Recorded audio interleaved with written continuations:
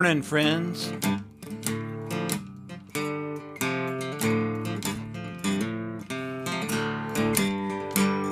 It's 9:30 a.m. July 22nd, 2022. It's time for coffee on the porch.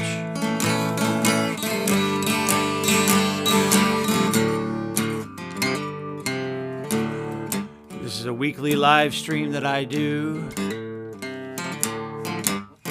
We're not from the porch.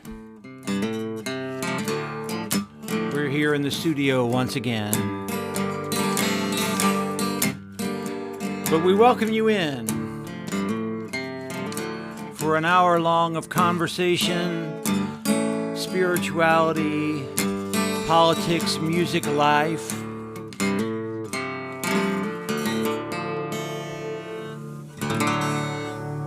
Oh, why not resolve that? Welcome, y'all. You come in quick here on Substack, so let's get going quick, shall we? Let's just, let me get rid of this preset and then do it again. I don't know why I have to do that. Hi, how are you? Welcome. Glad you're here. You have found Coffee on the Porch with me, Eric Folkerth. My name is Eric Folkerth. I'm a pastor, a musician, an activist here in Dallas, Texas, and I do this weekly live stream and have for many, many years now. And we have a nice regular group that joins us here live and more all the time now that we're on Substack. We seem to pick up new people every week, and that's kind of fun. But we have a regular crowd that shows up and we talk for an hour. You leave comments and we chat a bit. I play some music. We talk about what's going on in the world. We connect spirituality, my faith, Christian social justice understandings with things that are going on in the world. We try to do all that in an hour and then let you go on your way. And we drink a little coffee or a little tea or whatever you're having in your cup. And we kind of gather together and do that. But that's where you are. You are here at Coffee on the Porch, that gathering. And as a pre-reminder, Substack sends you an email, gives you a notice, so you're able to show up, which is super cool. Man, you show up quick here. I'm telling y'all, it's so much quicker than the old place. But if you want to be reminded ahead of time, I try to send out a little text nudge at 9 a.m. And this is how you find that. So it's the only text message we'll send you of the week. If you want to be pre-reminded that we are about to go live, and so therefore get your coffee and get ready, then sign up for that. Click that link or type that link or scan the QR code and go there and sign up. And I promise you, it's the only message I'll send you all week. Just the nudge. It's just a nice, helpful little thing, I think, for people sometimes. All right. Let me say hi to y'all. Good morning, Janie. Good morning, Edward. Willie or Wiley? Good morning, Jeff Pritchett, Kelly Smith, Gil Mary Bauer. Good morning, Michael Wesley. Are you still in California? Are you back here? Where are you this morning as you are watching? Good morning, Nancy Purcell, Charlie Landman. Did you see my message, Michael, by the way? You posted a picture at Hollywood United Methodist, which is a beautiful building there in Hollywood, by the way. And the pastor of that church currently is a dear friend of mine, and I hope you saw that. Good morning, Louis Stephen Kane. Good morning, Linda Waring. Good morning, Bobby and Debbie. Good morning, James Myers down in Houston. Linda Waring over in Ohio. Good morning, Cat Bird, Yana. Good morning to James Myers, who says, work is dangerously slow, but here for the moment. Well, as long as it's slow, feel free to jump in. And if not, we understand. Good morning, Peg Davis. Good morning, Janie Henderson, who says, we just returned from SMU in Taos. Wish I could post a photo of a sunset for you. Did you stay there? What were you there for? We have visited there on our way through Taos, which of course is one of our favorite places in the world. It's amazing. What an amazing place SMU has out there. Good morning, Nancy Bryant from Colorado. Good morning. Oh wow, Bobby is Bobby is very active today. Says I am cleaning a neighbor's pool. Glad I don't have one. That may be the best way to keep from having one is to occasionally go and clean your neighbor's pool, so you can be reminded of why you don't want one. Nancy says good morning. Michael says back in Texas, did see your note, didn't get to meet the preacher, but they do have a beautiful building. Good morning, Dan Gilliam. Well, let's get going, shall we? I don't know why suddenly I have a frog in my throat. I did warm up. I don't want to jinx it, but I was pretty dang ready this morning for everything. Good morning, Sally. Welcome to you all. I keep failing to post this now that we're on Substack. Maybe just because we're having such nice crowds that I kind of forget about it. But y'all feel free. Let's see if I can do that real quick too. Oh, it may be going. Oh, it is. No, is it? Nope. You have to do it again. It's a little annoying, but no, I don't want to watch in the app. I just want to share it to the feed. Coffee on the Porch. I just want, the few people on Facebook who don't remember where we are to be reminded of where we are. All right, let's get going. The first thing we do here on Coffee on the Porch every week is we check in with this question. We take a deep breath in, take a deep breath out. We've been doing this at church as well, this same exercise. And where we breathe in and out and we ask ourselves, how are we really? Not with the I'm fine, but how are you? There's a lot going on in the world. There's a lot going on in our lives. Everybody's busy and stressed, and in fact, we're going to talk about that today. But grab your cup of whatever you're drinking and answer this question for yourself. How is your soul? It's right here on the official Coffee on the Porch mug. And I'm going to pour myself a bit of that.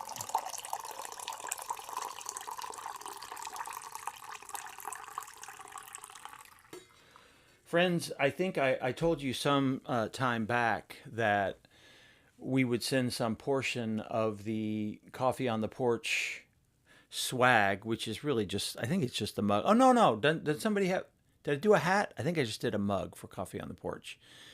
I did hats for Eric Folkerth, which Michael got, by the way. That was fun to see. Hey, David Griggs, welcome. But anyway, the official Coffee on the Porch has the logo on the one side, and it has the reminder on this side to remind you, as you're drinking, how is your soul? How are you? I've decided that I would like to send, I told you I would send the proceeds from that to a charity. And I'm really likely to send that to Justice for Our Neighbors, which is a immigration law group that works through United Methodist churches. They usually meet in United Methodist churches to help people with their immigration issues and status. So, how are you, friends? Leave a comment. I'm going to tinker a bit on the song that I allegedly am going to play in a bit. That's what I usually do. I tinker on the guitar a bit while you leave some comments, and then we go back and read them. So this is your comment leaving time. Good morning, Bryn.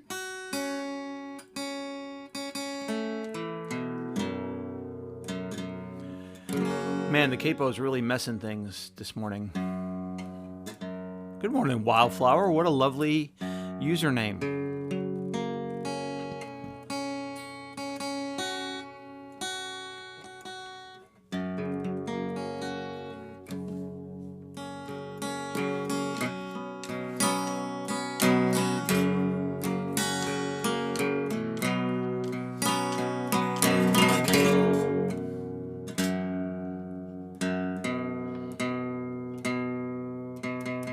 I'm going to have to redo this.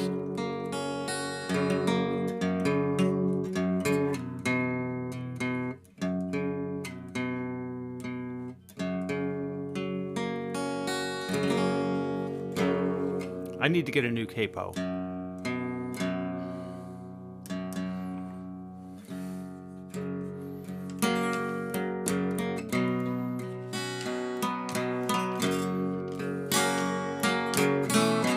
Leave your comments about how you doing. How was your week?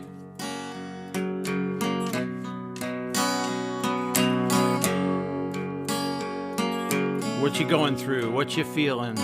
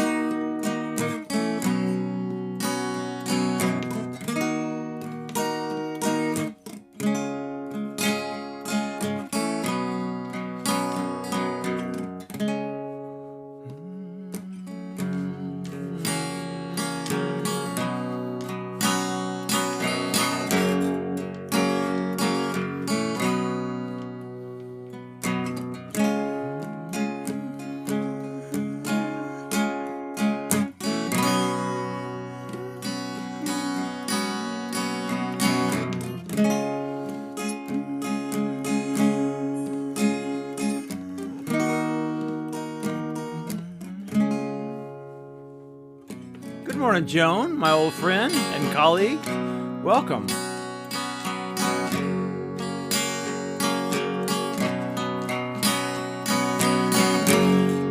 Good morning, Jim Woodrich.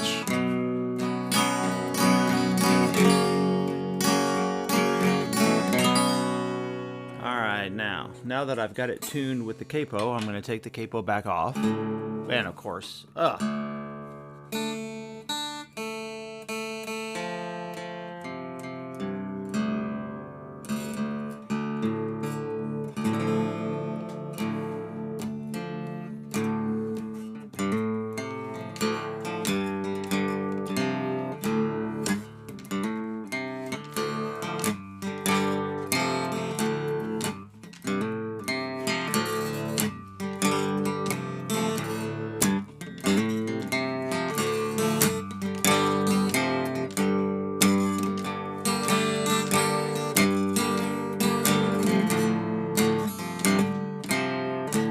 all right, I think I got it. I think I got where we're going. I had it. I actually did have it. I do practice ahead of time, most of the time. All right, y'all. Let us pull in here and see. Take a sip. Ask that breathe deep. How am I doing? Really, how am I doing? And leave that, not just the, oh, I'm fine. No, there's a lot of shit going on in the world. And we're here to talk about it, aren't we? All right. Janie Henderson. Oh, Janie said she was at Taos, SMU Taos, for a weekend cultural event, 2 days of classes by SMU professors, painting, jewelry making, fly fishing, and I was birding with the fly fishermen. Amazing. She says, my soul is restored by the beauty of New Mexico. One of my favorite places in the world, y'all. Taos and Santa Fe. Absolutely. Linda Waring says this, I'm reading the history of the post-Abraham Lincoln era. Been thinking about the turmoil at that time and wondering if the people felt overwhelmed by the shenanigans of many who would not move on from slavery. This gives me hope. There's always the possibility for change. Linda, I happen to think that's a very good era for us to be reconsidering. The hopefulness of Reconstruction, of really revisioning America in some new way, and then the boomerang effect that came almost immediately, and frankly continued throughout the entire Jim Crow era for maybe 100 years. So yeah, I think it's, for me, it's important. Yes, we've been through turmoil before, but also, yes, there's always a boomerang, and there's always a need to resist in every era and commit in every era. I think that's the piece that we have somehow lost, that we have to get back somehow. Peg says, my soul hanging in there. Glad to be here today as usual. Hot morning. What does hot mean for you, Bren? Because here it may be 97 today. We're getting, and that's normal. 96, 97 right now is normal, and I'm loving it. Y'all, the long-term watchers know that I love summer. I really do. I love these days. I love these long days and sweaty nights. I love them. I'm sorry. I just do. That's just how I roll. Kat says this, I'm feeling like I'm having an existential crisis every day, trying to stay away from the depressing news, but happy when I hear of people standing up, having glimmer of hopes. This reminds me, one more detail.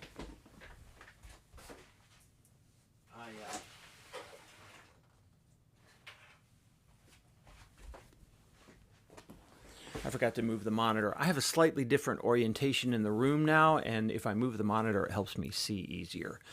So thank you for that wonderful behind-the-scenes thing that I just did. Bobby says, drinking coffee out of the coffee on the porch mugs. The mugs are traditional Tuesday mugs. Michael Wesley says this, is this meaning after your trip? That he is renewed and committed to the endeavor of promoting justice and resisting the Gestapo. Absolutely. We're going to talk about that in just a moment. Cat Bird says this, Tuesday mornings are a little ray of sunshine. Oh, thank you. Wildflower says this, first time here. Welcome, friend. Love that you are giving to charity. Happy to help. My soul is crying to fulfill my purpose to help others. Thank you for all you do. I plan to as well. Good. Excellent. Good. Well, we have a lot of people here who are committed to a better world than we have now and trying to do our best. Bobby says this about something in the news this week. Canceling Colbert's Late Show will backfire on the networks. Seems like it has to, right? Yeah. I don't know what they're thinking, honestly. I really don't. I think I'm afraid what they're thinking is that these changes to society are permanent, and they're not. So I think you're right. I think it will backfire. Sally says this, I agree with Robert, struggling with the health of my dogs, with others who have lost their dogs. Yeah. Oh, wow. What? 100 plus? Wait a minute. It's hotter there than it is here? Holy crap, Brent. Sorry about that. Good morning, Fred Lynch. Well, that's not news I expected to see. I'm so sorry that it's so dang hot there in Chicago. I mean, I know it gets hot there, but it is a little weird if it's hotter there than here. So sorry about that.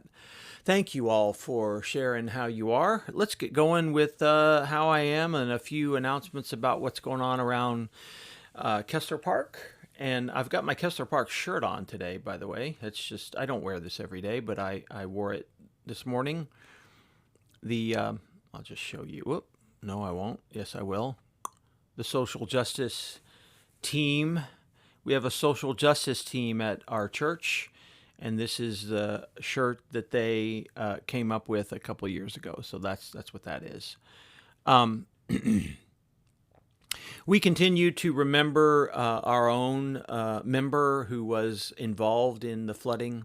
I'm not going to mention their name still, but a young girl who was, in fact, at Camp Mystic and made it through, thank God. But this disaster has been very close to home. Good morning, Beverly Penzian. This disaster has been very close to home. And so one of the things we're doing, because we're a United Methodist Church, we are collecting what we call flood buckets. Flood buckets, I'm sorry I didn't really take a pic. Well, yeah, I do. I have a picture of the insides right here. You can see in this picture. This is a deconstructed flood bucket in the front there. And then you can see some of the ones that people brought with them. It's about $75 for you to get a bucket and all the things that go inside of it. And we assemble these. We United Methodists, one of the benefits of our connection together is we United Methodists pretty much excel in jumping in disasters. We have a group called United Methodist Committee on Relief, and it works with very closely with the Red Cross and other of the most respected NGOs in the world. And so we have money and pre-stationed resources that can be deployed immediately. And one of the things we do best is our members all over the world create these flood buckets, and we pre-position them in warehouses. There, in fact, is a warehouse in Kerrville, Texas, but we have been told that the warehouse in Kerrville was out of flood buckets. They'd given them all out. I know that should not be shocking. I mean, that's what they're for. And so there's another warehouse in Houston. I know they moved some from Houston to Kerrville, but we need more. We obviously just need more because there's going to be more disasters, sadly. And so we're making flood buckets, and we'd love if you are close by and would like to make a flood bucket with us. You can go to kpumc.org, and you can find how to pre-assemble these and bring us one. Bring a pre-assembled flood bucket. Now we ask that you gotta just stay with what goes inside, which is the stuff on the altar here. It's the kind of things people need when they're recovering a home from a flood, basically, and they are often much needed by people. So I think we got about 20 on Sunday, and we'll be collecting them again. And you can, again, right on the main page of KPUMC, you will find information about how to make a flood bucket if you'd like to do that. You can also give financially to United Methodist Committee on Relief if you like to. 100% of your money, because our organization pre-exists, and we pay for our organization by our own members' contributions. See, that's what Methodist churches do. Every church pays for itself, and we pay for our administrative structure. That means 100% of your gift flows right through that. We don't take stuff off. It goes straight to the cause. Good morning, Roxanne Anderson. Welcome. How are you this morning? So that's one of the things we're doing, and I'm really proud and pleased by the initial response of our folks. Here's Pastor K. We still keep having tons of kids on Sunday. 10, 12, 15 sometimes. It's really been a blessing to have all the children. Their families are coming. We had another new family, the Vandergriff family, join us on Sunday. Welcome to the Vandergriff family who have now joined KPUMC. So that's a joy for us. Good morning, Larry Pennington from Colorado. Good morning, Mary F. Our youth are up in Paris, Texas, not Paris, France, but Paris, Texas, at a little place called Cultivate. That's CULTIV8, Cultivate. Hey, Carol Ann. And our youth mission trip is up there this week with Pastor K, and they are up doing some good work out in the country, and very proud of them. Our camps here at Kessler Park continue to go well, too. I was asked to be a speaker at the Good Trouble rally. You see the picture of John Lewis behind me there. This was a series of rallies by the same people who did No Kings. Basically, they had a series of rallies honoring the memory of John Lewis. It was midweek. It was a Thursday afternoon out at Pacific Plaza. That's about a quarter of the crowd, maybe. So, I don't know, several hundred people who came out. And I was real honored to be a part of that, to speak at that rally. We do have to get out when we can to resist. That is a part of what we have to do right now. More locally here in Dallas, we had a big meeting yesterday in Deep Ellum. My friend Jesse Moreno, the city council member that represents Deep Ellum, was there. There's a lot of concern about crime, a very legitimate concern there, and I just wanted to show up and show my support for everyone there who is trying to create a beautiful part of our town that is known for music and art, and preserve that. Anyway, I was there for that. But earlier in the day, I was at ICE. This is yesterday morning, back over at the ICE headquarters off of Stemmons Expressway. And y'all, we have to talk about this. As you know, we've been doing these clergy vigils there every week. We go from 8 a.m. to 10 a.m. on Monday mornings, and we do our vigils there. And we see the people who turn in on that entryway that I'm standing across right here. They turn in right there and they go for their appointments, or they come out from their appointments, and we pray with them. And we have signs there, I don't know if you can make them out, that say, "We support you and we love you and we're sorry that our nation is doing this to you." Well, we learned something new yesterday, something very deeply disturbing to us. We had a woman come out. I'm really going to try to not identify her. Her husband is being detained there at ICE. And the significance of that is that that location is supposed to just be an intake place.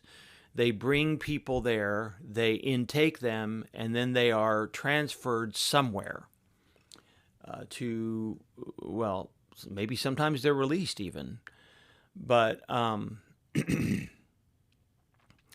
but now we have learned, and I don't want to give away too much of the details, that this gentleman has, as of yesterday, had been there 3 days, 3 full days, and that other people had been detained there longer than a week. There were more than 20 people, men and women, separated into 2 unair-conditioned rooms there at ICE. In his case, he had been coming for a regular appointment. That's where they come for their appointment. It's almost like probation, where they go and they check in about their case. He was detained at a regular check-in appointment and is still there in the building. And I don't want to get into any of his identifying situation. There are more than 20 people there. There's a senior citizen among them. Again, no air conditioning where they are. It'll be 97 again here in Dallas today. And it's just unjust. It's unjust the way we are treating people. It's not right. It's violation of their own rules and protocol, ICE, or their previous rule. Maybe there are no rules anymore. I don't know. But in a day when we respected law and precedent and process, they wouldn't keep people there. So this woman was very, very emotional, upset, as you might imagine. We prayed with her. We got her resources. I won't go into what we have connections with people who can help. And so we have found a way for her to get some help. But it puts a face, and again, I'm not going to show her face or anything about her, but it puts a face on this very real thing. We've talked with people coming and going from their appointments before, but we've never had a personal story like this. So ICE is detaining people, and I would guess this is likely happening at ICE intake places around the country now, where they are rounding up so many people that they do not have a plan for how to deal with them. My strong hunch is they're backed up. They are detaining so many people, many of them unjustly, many of them violating the process. As this woman cried several times, they were following the rules. They really were. I believe that, because this is a story we've heard all the time. We have changed the rules. Our government has changed the rules. And it's not right. It's not just. So please pray for this unnamed family and for the 20-something others that are being detained in this building. I don't really show you the building there, but it would be just off to the right of the frame here of this picture. Which is the ICE headquarters in Dallas, out on Stemmons Expressway. If you're local, you are absolutely welcome and invited to come and join us on a Monday morning. If you'd like to join in this movement that we are doing. Everybody's welcome. We just ask you to understand that it's a faith-based vigil. And who's fully hydrating? I mean, we all have to. And, I worry about those people in sweaty, unair-conditioned places. I'm absolutely convinced that detaining people there is a tactic. I think it's also by accident because they just don't have space right now because they're detaining so many people. But I'm also confident that it's a tactic. You hold people in unjust, unsanitary places, and some of them, will sign away their rights. Just as if you torture people, then you can get them to do and say what you want them to say. These are tactics that we Americans have used in foreign wars. They weren't right then either, by the way. Torture and manipulation is not right even in a time of war. It creates more anger, angst, frustration, bitterness that eventually comes back on us, on Americans. So no, it's not right. But we've done this time and time again, and we are apparently doing it now. So cheery stuff going on. Not. Before I do anything else now, I think I want to play a song. I think that's what's next here. Yep. Where am I? Let me get the lyrics up for myself. Nope, that's not it. That's the other one. There we are. Pull out the Taylor. Y'all, I've been so dang busy. My beautiful, lovely Santa Cruz, my favorite guitar. You were with me when I broke a string live. I still haven't changed my strings. How long ago was that? Was that a month? I still haven't changed my dang strings.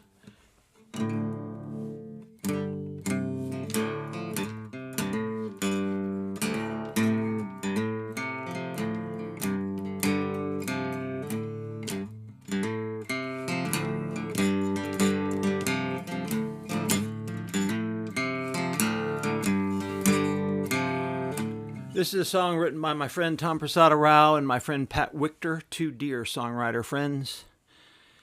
And this is the gospel lesson from last Sunday. And we're going to take a pretty hard right turn in our conversation today.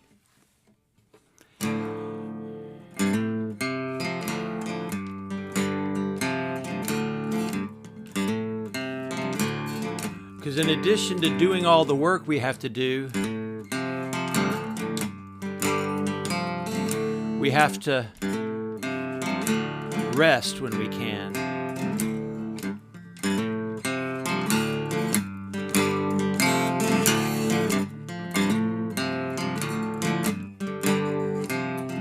Lazarus lays in his tomb asleep. Mary swoons at the Savior's feet. And here I am in the kitchen, fixing something to eat again. I've been picking up the slack since God knows when. Go tell Mary, go tell Mary, I don't want to be Martha no more.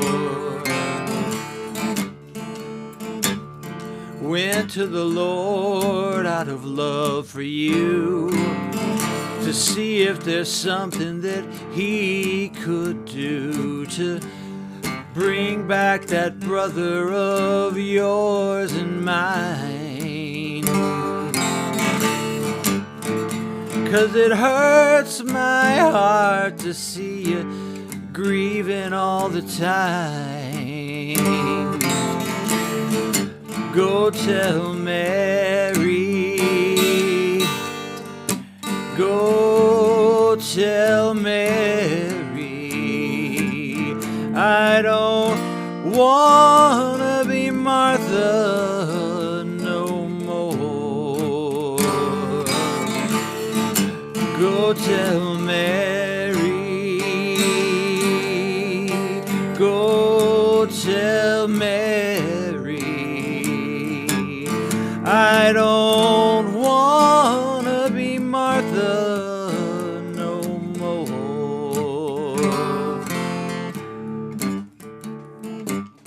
Am I the rock holding up our house? And is it my job to keep us from falling down? I swear I'll do my duty with joy someday. I wanna walk in the light and chase the clouds and darkness away. Go tell Mary, go tell Mary, I don't wanna be Martha no more. Go tell Mary, go tell Mary, I don't wanna be Martha no more.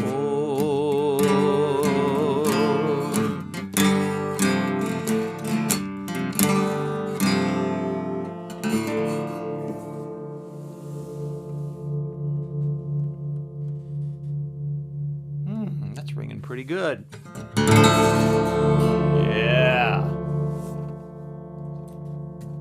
That's ringing pretty nicely. Go Tell Mary, written by my dear friends, two dear friends of mine, Tom Prasada Rao and Pat Wichter wrote that song together.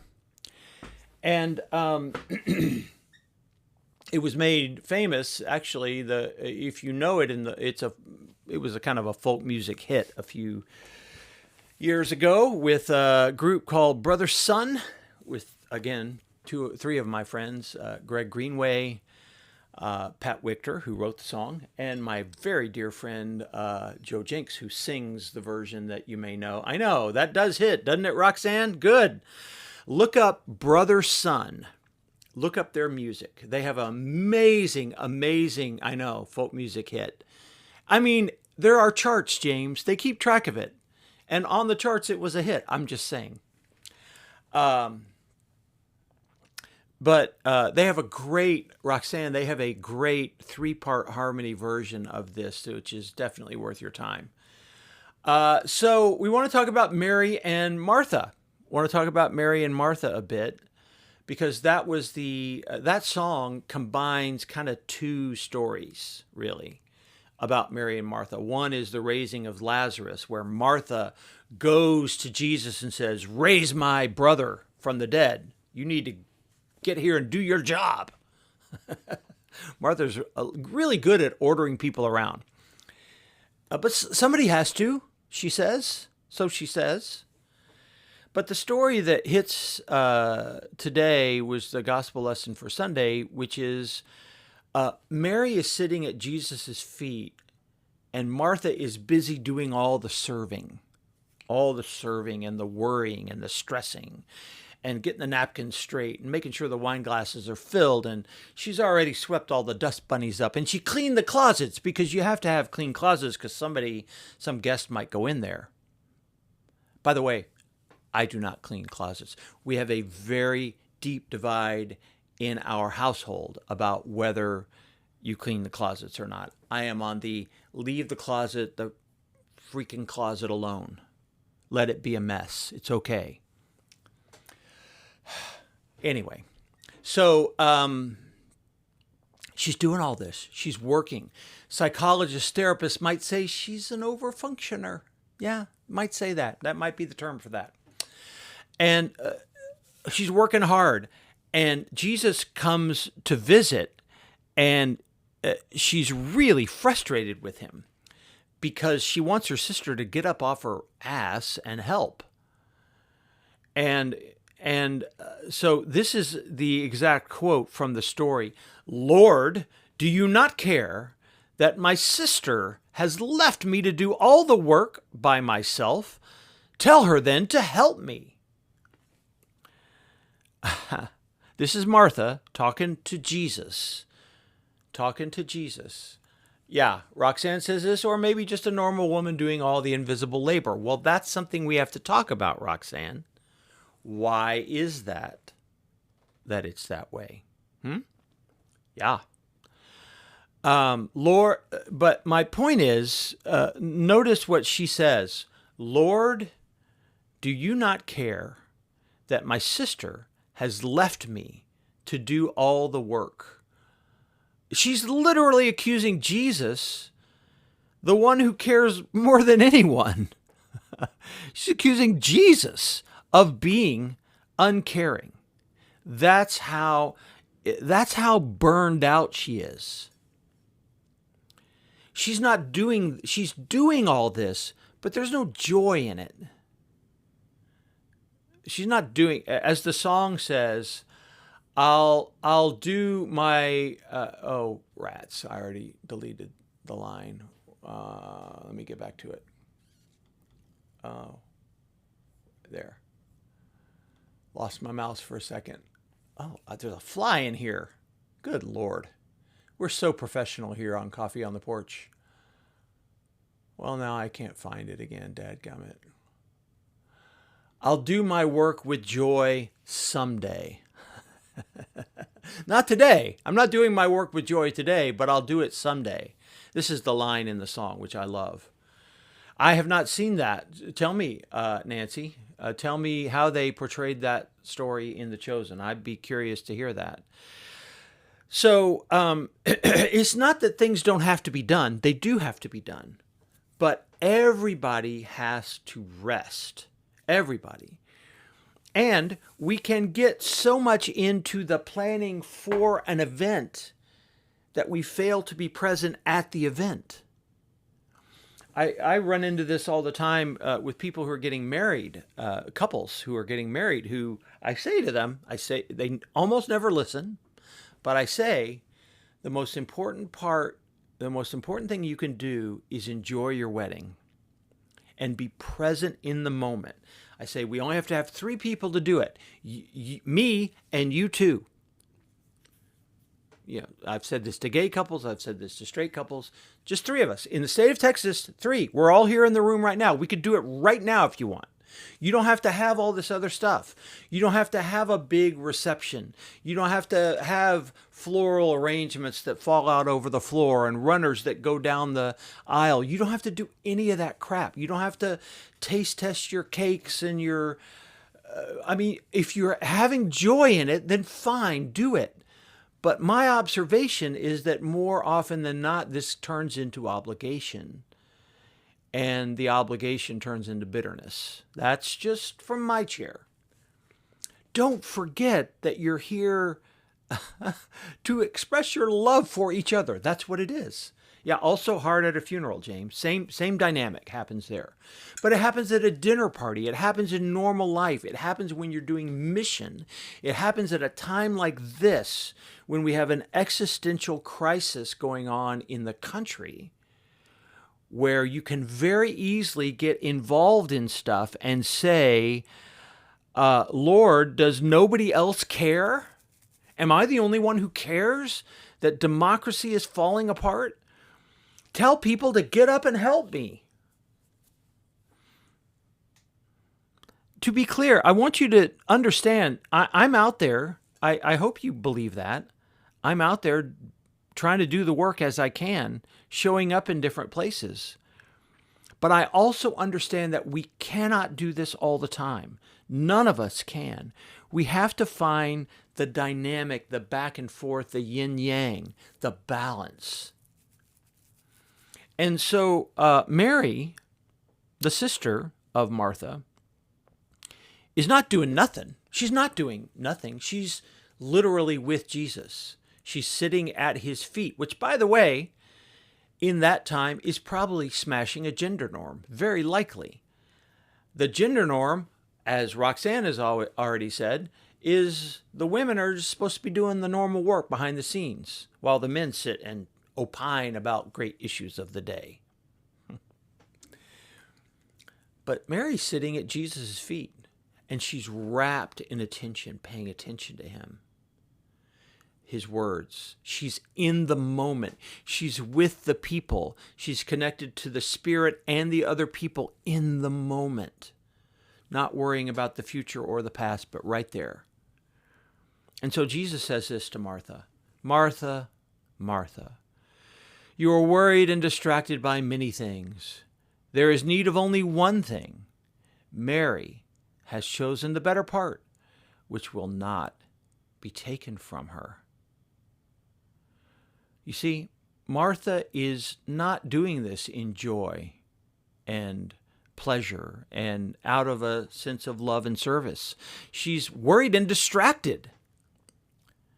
But Mary has chosen the better part being to simply be present, to be with those people. Jesus is not going to be here very much longer in this story. So enjoy the time with the people when you're with them. Don't get so obsessed with all the details. And so I want to talk about this picture a bit, because this picture has a story behind it. And I'm not even going to tell you what this is yet, but I was at this rally. I was at the No Kings rally, and after it was wrapped up, all these people had left. The Glen here, the park was absolutely, touche, Dan. I'll come back to that in a minute. You're right. Damn it. Everybody was gone. They'd all gone home. And there were maybe 20 people still left folding up chairs and things. And I looked over and to the side, along the sidewalk, there was a young woman, and she was bent down in almost like a catcher's pose. And she was taking a picture of a flower that looked exactly like this. And I didn't know it was a flower. I thought she was taking a picture of the sidewalk. I thought she must be taking a picture of an ant or something. I had the angle wrong. She was kind of shooting out rather than down. But I went over. I said, "What are you shooting? What are you taking a picture of?" And she didn't even look up. She was so enwrapped. She was rapturously paying attention to this little flower. This little flower is about that big in real life, to get the perspective. And this is a flower on a Turk's cap. And I'm sorry I didn't even give you a bigger picture of a Turk's cap, but it's a native, it's a superstar summer flower, summer plant in Texas and Mexico and parts of the Southwest. It only blooms during the hottest part of the year. And then it stays blooming and green when a lot of other things are dying out. And so the Turk's caps all over town, they're all, San Antonio has them along the Riverwalk. You'll see them everywhere. You see them growing wild around. We love them so much, we now have planted 13 large bushes. They get about this big, 4 or 5 feet around. They get pretty big, and if you don't prune them. And so she's taken this picture and she shows it to me in her camera, and she asks me, "So this flower is beautiful?" I say, "Yes, it is." She says, "Well, do those flowers often do that?" I said, "No, I don't think I've ever seen that before. I don't think I've ever seen that spiral pattern before. They don't normally look like that. They normally look like a little buttercup kind of thing." Yes, hummingbirds love Turk's cap, and James is saying serious macro lens for the flower. I know, that's just on my iPhone, y'all. That's not a bad little picture. But, I'm a Turk's cap expert. We have them all over. I see them blooming all the time for decades now. And I say to her, "Oh no, I don't think you're right. That's a beautiful spiral flower. I don't think I've ever seen that." So then I come home, I go to my own garden. I walk up to the very first Turk's cap I see, and there, blooming out, is one of those spiral flowers. This is apparently what they do as the flowers are opening up. I have been around Turk's caps for a decade. I have never freaking seen this before. This is my point. I have been so involved in my gardening, in my being a Turk's cap expert, in my mansplaining to her the other day about how they grow so beautifully, but I never stopped to just look at the beauty of that Turk's cap. Friends, we have to find these moments of beauty and stillness and quiet. We have to find moments of joy, and some of those moments, even in the midst of horrible times as we are in right now, are going to come from the inward journey, are not going to come from doing more tasks. Yes, we got to take care of all the tasks we can, but we are also going to have to find moments of absolute beauty and joy and wonder as well. And we have to be able to do both. And so 2 nights ago, I was riding around White Rock Lake, and look at this. This is about 5 foot tall. I've zoomed in on it, like a person standing next to it. It would almost be as tall as they are. And this is a beautiful little display with candles looking out over the sunset. Somebody either just had proposed or was just about to propose. I hope they said yes. I hope this was a beautiful moment for somebody. I'm glad I stopped to pay attention and take that picture. It's not my beautiful moment, but it's a beautiful moment, right? It's gorgeous. So God bless that little couple, whoever they are. And then Deep Ellum, I walked, this is from last night, on a walk last night. My point is, friends, we have to do the things that help us to find beauty and stillness and peace. We can't just do.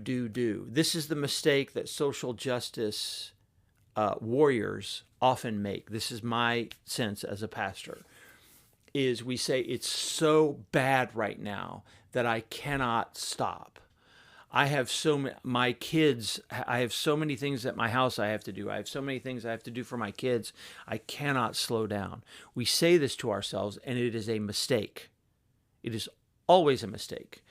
We have to slow down. Now, here is Dan's knife to my heart. Quote, "You're probably doing too much if you don't have time to restring your guitar."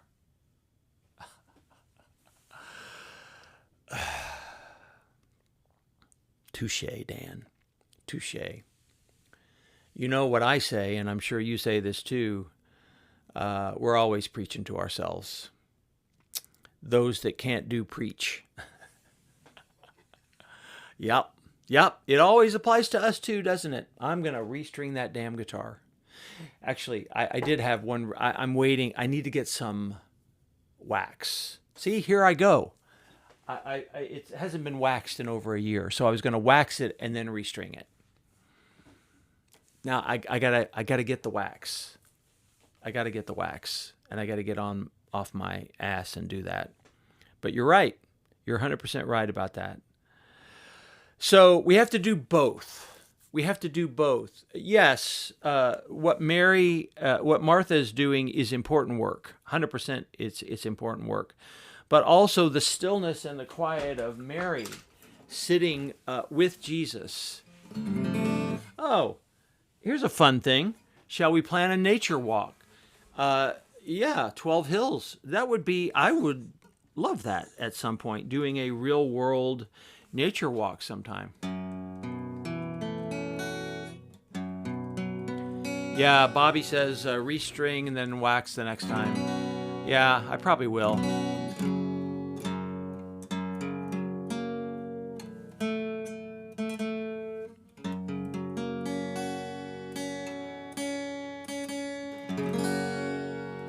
So here's another song about that move. And man, is this a deep one.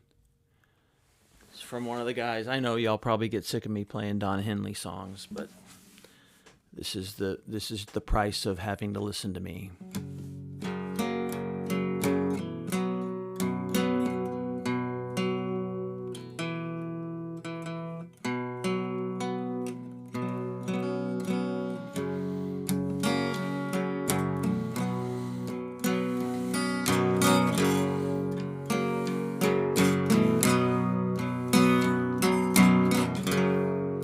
Just another day in paradise.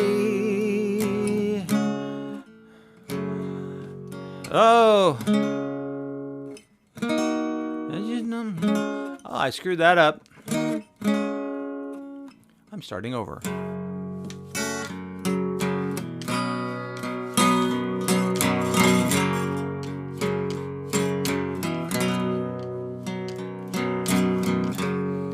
Just another day in paradise.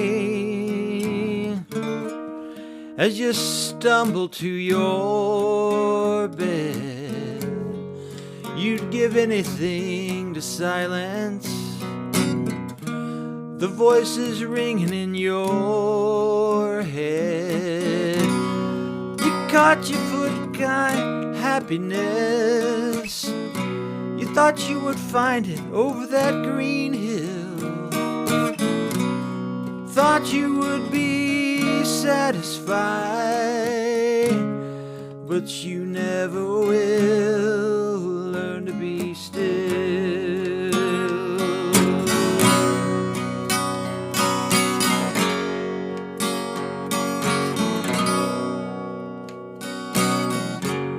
We're like sheep without a shepherd. We don't know how to be alone. We wander around this desert. We follow all the wrong gods home. But the flock cries out for another. They keep answering that bell. One more starry-eyed Messiah meets their violent farewell. Learn to be still.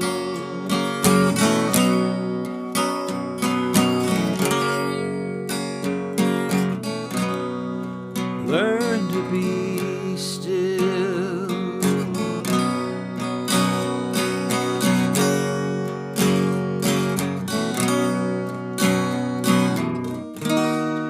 Now the flowers in your garden,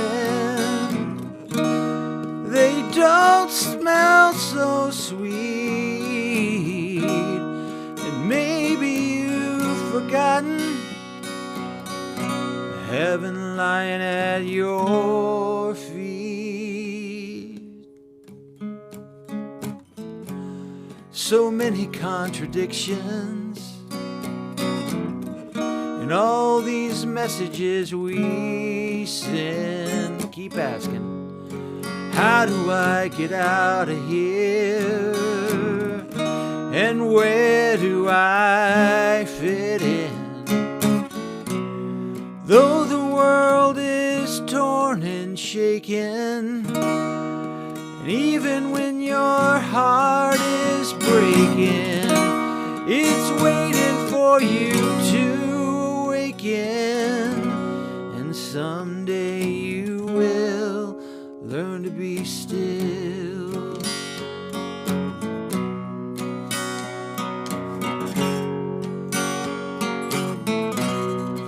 Learn to be still.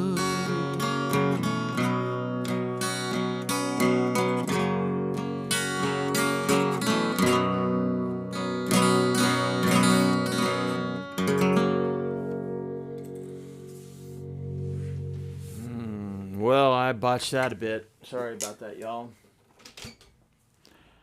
I have some songs that I don't have the chords with, and that's one of them.